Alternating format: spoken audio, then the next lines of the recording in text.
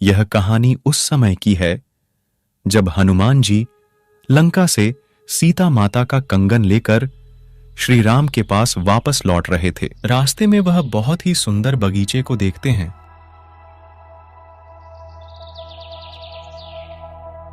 अरे वाह, ये तो बहुत ही सुंदर बगीचा है। बड़ी बड़ी नदियां भी है। नीचे जाकर स्नान कर लेता हूं।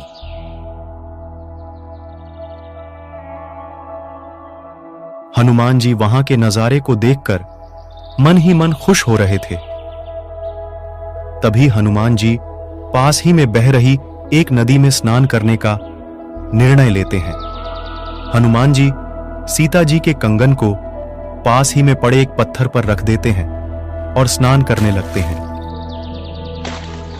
हनुमान जी उस कंगन से एक क्षण के लिए भी अपनी नजर नहीं हटाते हैं, क्योंकि यदि कंगन कहीं गुम गया तो वे श्री राम को क्या जवाब देंगे, क्योंकि वह कंगन से हनुमान जी की बातों का विश्वास करते कि सीता जी उन्हें मिल गई है। हनुमान जी के देखते ही देखते वहां पर एक बंदर आता है और उस कंगन को लेकर वहां से भागने लगता है। हनुमान जी भी उस बंदर का पीछा करने लगते हैं कि कहीं ये बंदर इस कंगन को नदी में ना फेंक दे। ऐसा हुआ तो मैं ये कंगन कहां से लाऊंगा। बंदर उस कड़े को एक घड़े में डालकर भाग जाता है। अरे शुक्र है इसने कड़े को इस घड़े में ही डाल दिया। कहीं और फेंक देता तो मैं क्या करता। चलो इसे निकाल लेता हूं। हनुमान जी घड़े में देखते हैं कि इस कड़े के जैसे अनेकों कड़े इसी घड़े में पड़े हुए हैं। हनुमान जी पहचान नहीं पाते हैं कि उनका वाला कौन सा है। महात्मा जी, मेरा कंगन आपके इस घड़े में गिर गया है। कृपया बताइए मेरा कंगन इसमें कौन सा है, क्योंकि इसमें एक जैसे कई कंगन हैं।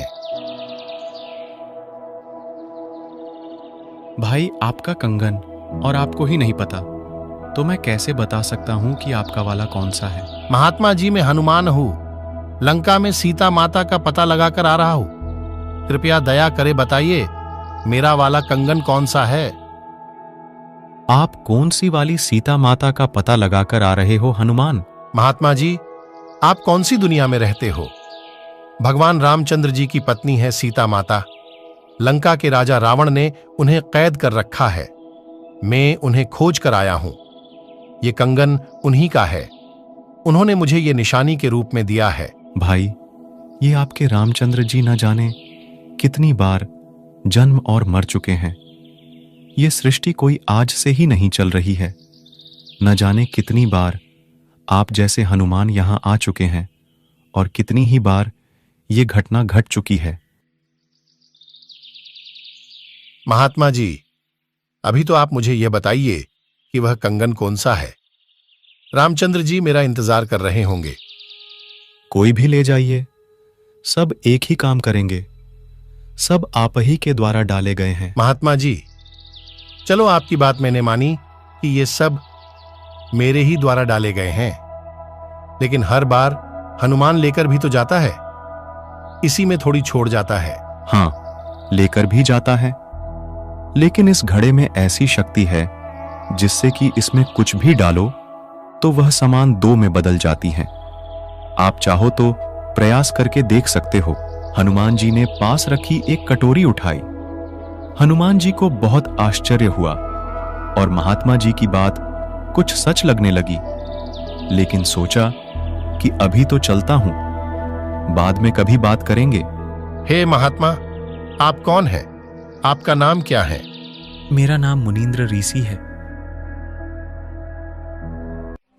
राम जी का वनवास का समय पूरा होने पर, राजतिलक होने के बाद सीता जी सभी योद्धाओं को उपहार प्रदान कर रही थी। सीता जी ने हनुमान जी को अपनी सबसे कीमती मोतियों की एक सुंदर माला दी।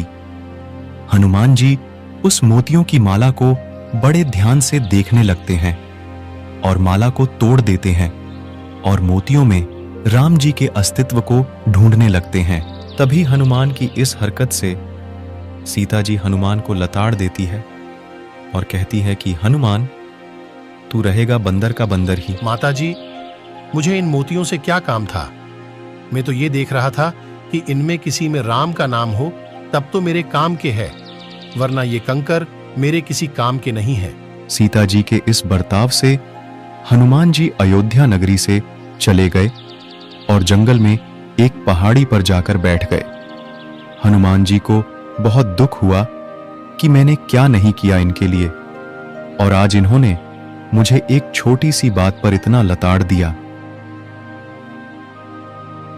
कुछ देर बाद वहां एक साधु आए और कहा, राम राम भाई हनुमान। राम राम जी महात्मा जी, आओ बैठ जाओ महात्मा जी। अयोध्या में भगवान रामचंद्र जी आए हुए हैं। 3 लोक के स्वामी रामचंद्र जी का आज राज्याभिषेक है। भाई, हम तो उस राम के भक्त हैं जो कभी जन्मता मरता नहीं, वो मां के गर्भ से नहीं जन्मता। ये राम जी तो न जाने कितनी बार जन्म और मर चुके हैं। अच्छा, यही बातें मुझे एक मुनींद्र नाम के ऋषि जी भी कह रहे थे। जब मैं लंका से लौट रहा था तो वो मुझे एक सुंदर बगीचे में मिले थे।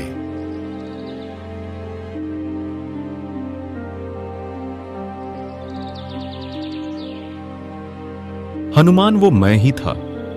मैं तुम्हें सतभक्ति प्रदान करने के लिए आया हूं। क्षमा कीजिए भगवान, हम तो तुच्छ बुद्धि के जीव हैं। कृपया करके मुझे आपका संपूर्ण ज्ञान समझाइए और सतभक्ति प्रदान कीजिए। हनुमान, यदि आप जैसे योद्धा न होते तो राम जी का युद्ध जीत पाना संभव नहीं था। हनुमान जी को ऋषि मुनींद्र अर्थात कबीर परमात्मा जी की सारी बातें समझ आ गईं और उनसे नाम दीक्षा लेकर आदि राम की सतभक्ति की।